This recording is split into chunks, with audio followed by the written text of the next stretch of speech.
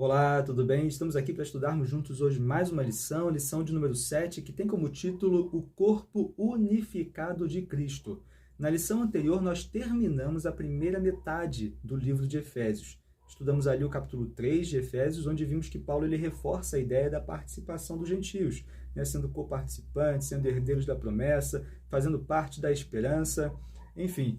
E agora, na segunda metade do livro de Efésios, Paulo ele começa trazendo a ideia da unidade, né, o corpo unificado de Cristo. E na lição de hoje nós vamos estudar a metade do capítulo 4, né, o capítulo 4 do verso 1 ao 16. A segunda metade do capítulo 4 de Efésios estudaremos na próxima semana.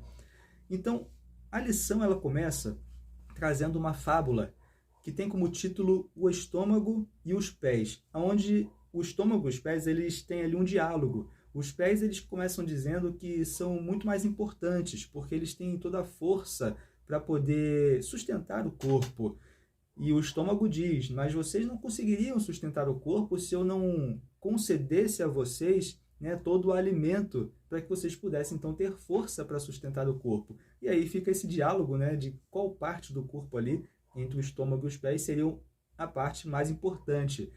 Paulo ele usa o corpo para representar um ponto de vista espiritual. O corpo, né, a igreja como corpo de Cristo, cada um, né, tendo seus membros, cada um executando a sua função, e Cristo como cabeça.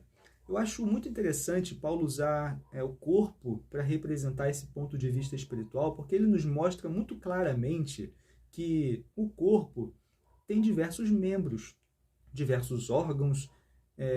Cada um desses membros e órgãos executa uma função diferente. Mas tendo Cristo como cabeça, né, esses órgãos, esses membros executarão funções diversas visando o mesmo objetivo. Eu acho muito interessante porque às vezes os membros eles podem executar até funções opostas, mas com o mesmo objetivo. Pensa comigo o ato de caminhar. Para quem gosta de física aí, o ato de caminhar, de andar. Pensa comigo aqui que são duas pernas, né? Esses dois dedinhos são duas pernas. Quando você vai caminhar, você, com uma das pernas, você empurra o chão para trás e a outra perna você joga para frente.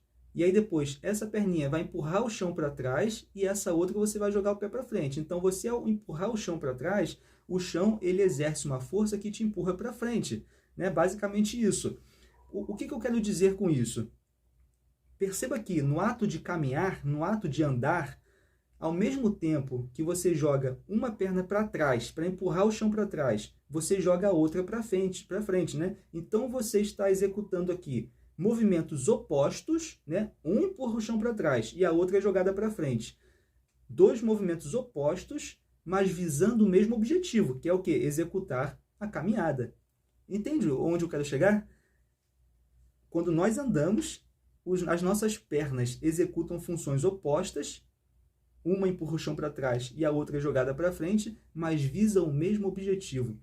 Paulo, quando usa a ideia, né, do corpo para representar esse ponto de vista espiritual, ele quer mostrar justamente isso. Nós não precisamos ser iguais, nós não precisamos ter as mesmas ideias, nós não precisamos fazer a mesma coisa, nós não precisamos ser semelhantes, nós precisamos ter o mesmo objetivo.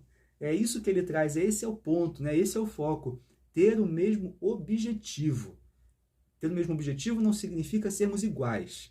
E isso precisa estar na nossa mente, porque esse é o ponto. Esse é o ponto que nos mantém unidos, porque o que desune é quando queremos que as outras pessoas sejam iguais a nós. Quando nós não aceitamos que a outra pessoa ela pense alguma coisa diferente. Quando nós não aceitamos, né, que a outra pessoa execute uma ideia aparentemente oposta da minha. O que mantém a unidade justamente é ter o Cristo como cabeça, porque isso vai fazer com que tenhamos o mesmo objetivo. Então poderemos executar funções aparentemente opostas, mas teremos o mesmo objetivo. Esse é o ponto, né? E aí, na leitura aqui de Efésios, no capítulo 4, do verso 1 ao verso 3, ele diz assim, ó: rogo-vos, pois, eu, o prisioneiro do Senhor, mais uma vez Paulo, né, lembrando que está na prisão, que andeis de modo digno da vocação a que fostes chamados.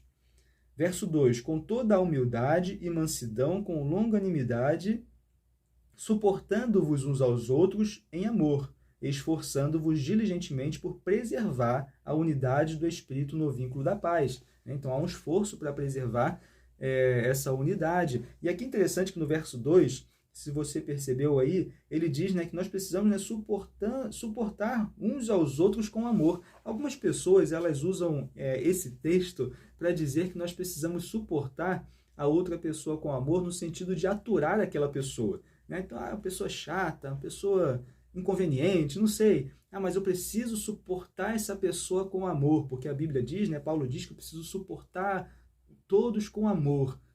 Né? Mas a ideia aqui no grego original escrito não traz essa conotação de suportar no sentido de aturar alguém, mas na verdade esse suportar é sustentar, né? Um sentido de sustentação. Então nós precisamos estar sustentando uns aos outros com amor, né? O corpo ele executa essa função de sustentação. Então é essa a conotação, né? Então ele traz com toda a humildade e mansidão, com longanimidade, suportando-vos, né, uns aos outros em amor, né, no sentido de sustentação.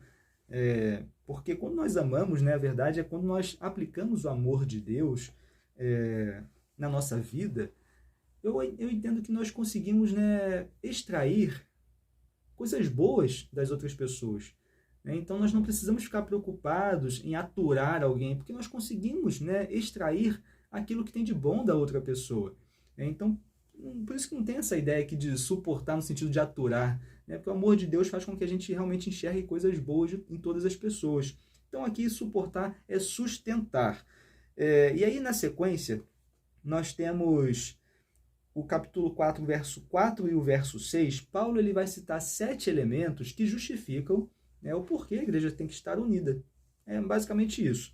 Ele vai dizer assim: há somente um corpo e um espírito, como também fostes chamados numa só esperança da vossa vocação. Há um só Senhor, uma só fé, um só batismo, um só Deus e Pai de todos, o qual é sobre todos, age por meio de todos e está em todos. Então aqui ele está justificando, né, o motivo de a igreja se manter unida. Por quê? Porque há um só corpo, há um só Espírito, há um só Senhor, há um só Deus, há uma só esperança, há uma só fé. É isso. Então, já que há um só Deus, uma só fé, um só corpo, uma só esperança, um só Senhor, não tem motivo para andarmos desunidos. Então, justamente Cristo como cabeça mantém o corpo unido. Na sequência, nós temos no verso 7... onde mostra que Cristo ele nos envia dons.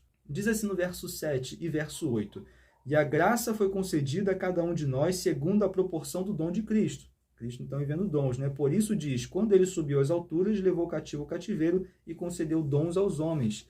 Então Cristo ele concede dons especiais a cada um de nós.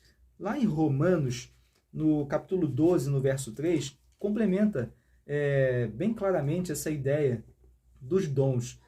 Verso 3 do capítulo 12 de Romanos: porque pela graça que me foi dada, digo a cada um dentre vós que não pense de si mesmo além do que convém, antes pense com moderação, segundo a medida da fé que Deus repartiu a cada um. Por quê? Verso 4, né? Porque assim como num só corpo temos muitos membros, mas nem todos os membros têm a mesma função. Falamos disso agora há pouco, né? No verso 5 diz, assim também nós, conquanto muitos, somos um só corpo em Cristo e membros uns dos outros, tendo, porém, diferentes dons segundo a graça que nos foi dada.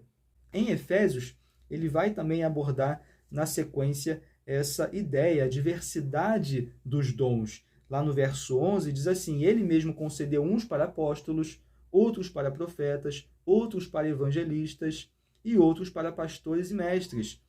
No verso 12, é muito importante o verso 12 porque ele traz justamente o objetivo. Diz assim, com vistas ao aperfeiçoamento dos santos, para quê? Para o desempenho do seu serviço, para a edificação do corpo de Cristo. Então, o objetivo dos dons, né, o objetivo é justamente o serviço, né, a propagação do evangelho. O que acontece quando O Espírito Santo, ele derrama sobre os apóstolos lá em Atos, lá no início de Atos, quando os apóstolos, né, Jesus tinha acabado de ir ao céu, os apóstolos, né, a igreja ela está reunida em oração, aguardando o cumprimento da promessa do envio do Espírito Santo. E o que acontece quando o Espírito Santo ele derrama sobre essas pessoas os dons do Espírito? A igreja ela começa a crescer em uma proporção exponencial. Né? 5.000 se convertendo, mais 5.000, mais não sei quantas pessoas, a igreja ela começa a crescer de forma exponencial. Então veja que os dons do Espírito ele tem essa função de fazer a igreja crescer. E aqui, nesse ponto, vale a gente fazer uma diferenciação entre dons do Espírito e frutos do Espírito. Porque, às vezes, as pessoas elas naturalmente fazem uma confusão com relação a essas duas ideias. Né? E quando eu vou pregar em algumas igrejas sobre esse ponto, eu sempre pergunto para as pessoas o seguinte: os frutos do Espírito, eles são eternos? Né? Eles continuarão durando após a volta de Cristo Jesus?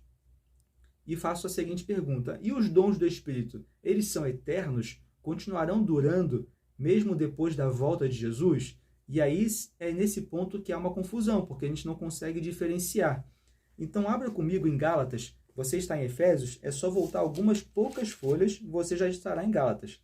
Gálatas, capítulo 5, no verso 22, traz quais são os frutos do Espírito. Gálatas 5, verso 22. Mas o fruto do Espírito é o quê? Amor, alegria, paz, longanimidade, benignidade, bondade, fidelidade, mansidão, domínio próprio. Perceba quais são os frutos do Espírito. Né? Paz, amor, benignidade, domínio próprio. Eu te pergunto, isso vai continuar mesmo depois da volta de Cristo? É evidente que sim.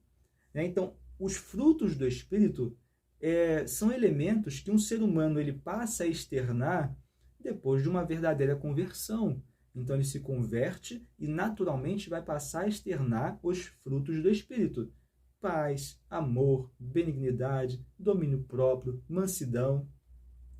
Mas e os dons do Espírito? Onde nós falamos já aqui, né? Alguns são o quê? Uns são apóstolos, outros profetas, enfim. E aí, trazendo para os nossos dias, né? Uns têm o dom de cantar, uns têm o dom de pregar, outros têm um dom de executar funções na área da tecnologia.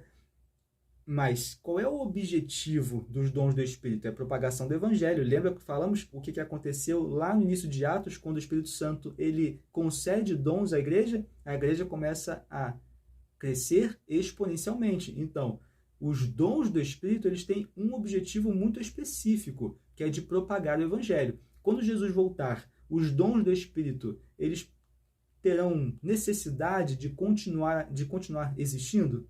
É evidente que não. Não haverá mais pessoas para pregarmos, não haverá mais pessoas para se converterem. Né? Essa é a grande verdade. Quando Cristo voltar, né, e os salvos então forem para o céu junto com o Mestre, não haverá mais pessoas para serem evangelizadas. Então os dons do Espírito, eles são específicos aqui na Terra, nesse momento em que estamos propagando a mensagem. E esse é o objetivo dos dons do Espírito, levar a mensagem, propagar o Evangelho. Por isso que o Espírito Santo ele vai conceder à igreja os dons necessários para a execução dessa função. Então, o Espírito Santo ele entende e percebe quais são os dons necessários naquele lugar, naquela igreja, para aquela pessoa, visando o objetivo de propagar o Evangelho. Então, é evidente que em uma igreja não tem como todos ter o mesmo dom. Se todos tivermos o mesmo dom, a igreja ela não vai crescer. Imagina, todo mundo só sabe pregar. Todas as pessoas têm o dom da pregação e não tem mais nenhum dom. Não vai funcionar. Não vai funcionar. O corpo, para funcionar, precisam de vários membros executando funções diferentes. Só dessa maneira, o corpo vai funcionar visando o objetivo de propagar o Evangelho. E é dentro desse contexto que nós precisamos entender que não há uma função mais importante que a outra. Lembra da fábula que falamos lá no início da lição? Do estômago e os pés? Não há uma função mais importante que a outra. Né? E por isso nós precisamos ter essa compreensão e às vezes deixar de ser arrogantes, achando que a função que eu executo é muito mais importante que o outro. Porque como eu sei pregar, eu estou lá na frente, eu apareço, as pessoas me veem, então o meu é mais importante, porque naquele momento eu estou alcançando mais pessoas. Mas eu não vou conseguir pregar se eu não tiver lá um amigo lá na sonoplastia, executando o seu dom na área tecnológica ali, para fazer o som se propagar de forma melhor, de forma mais audível, de forma que as pessoas possam compreender aquilo que está sendo falado. Não adianta se nós não tivermos bons cantores executando uma boa música que vai ajudar também na preparação para aquela mensagem ser recebida de forma melhor pelas pessoas que estarão escutando. Então não há função mais importante no corpo de Cristo. Há diversas pessoas executando diversas funções visando um mesmo objetivo. Eu estou aqui repetindo essa ideia, porque isso é o mais importante, esse é o foco, entendermos que o objetivo é justamente o mesmo. Então, nós precisamos entender, justamente o objetivo dos dons, que é propagar o Evangelho, esse é o objetivo, e que todos somos, então, igualmente importantes, Precisamos deixar de ser presunçosos, essa é a grande realidade, E para terminar o capítulo 4, então, de Efésios, no verso 15 e verso 16, diz assim: mas, seguindo a verdade em amor, cresçamos em tudo naquele que é a cabeça, Cristo, de quem todo o corpo, bem ajustado e consolidado pelo auxílio de toda a junta, segundo a justa cooperação de cada parte, efetua o seu próprio aumento para a edificação de si mesmo em amor. Então é isso. Nós precisamos, cada um, executar a sua parte para que essa unidade ela possa permanecer.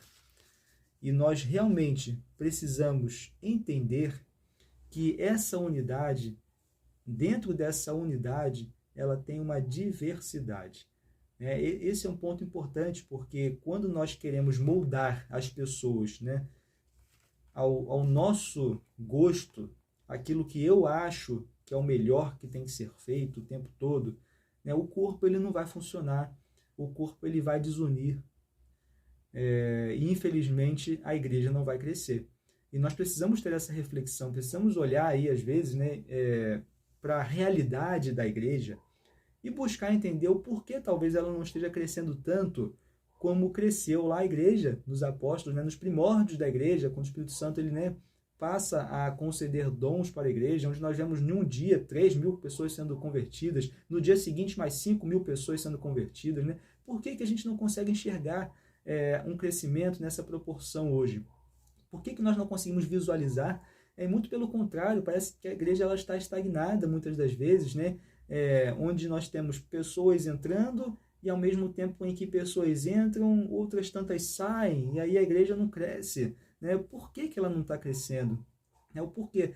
Eu acredito firmemente que quando nós passarmos a trabalhar a verdadeira unidade, visando o mesmo objetivo, apesar de executarmos funções diversas, apesar de termos ideias diferentes, quando nós passarmos a executar a verdadeira unidade, visando o mesmo objetivo, eu acredito firmemente que nós veremos os dons do Espírito Santo sendo realmente executados na igreja e veremos com certeza a igreja crescer de forma exponencial, assim como lá em Atos houve esse crescimento. Eu acredito fortemente nisso.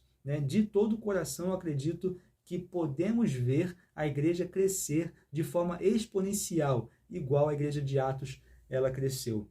Basta nós realmente orarmos, buscarmos o Espírito Santo para que os dons eles possam ser executados na nossa vida. Basta uma verdadeira entrega e uma verdadeira unidade, onde nós entendemos a diversidade e visamos o mesmo objetivo, que é a propagação do Evangelho para todo mundo. E aí veremos, finalmente, o nosso Senhor retornar. Que esse possa ser o seu desejo, possa ser a sua certeza e que possamos entregar, então, diariamente para que Deus possa nos usar por intermédio dos seus dons enviados pelo Espírito Santo na vida de cada um de nós. Foi um grande prazer estar aqui com você. A lição ficou um pouquinho mais longa hoje, mas espero que tenha sido muito proveitosa. A gente se vê, então, na próxima semana, na lição número 8. Até lá!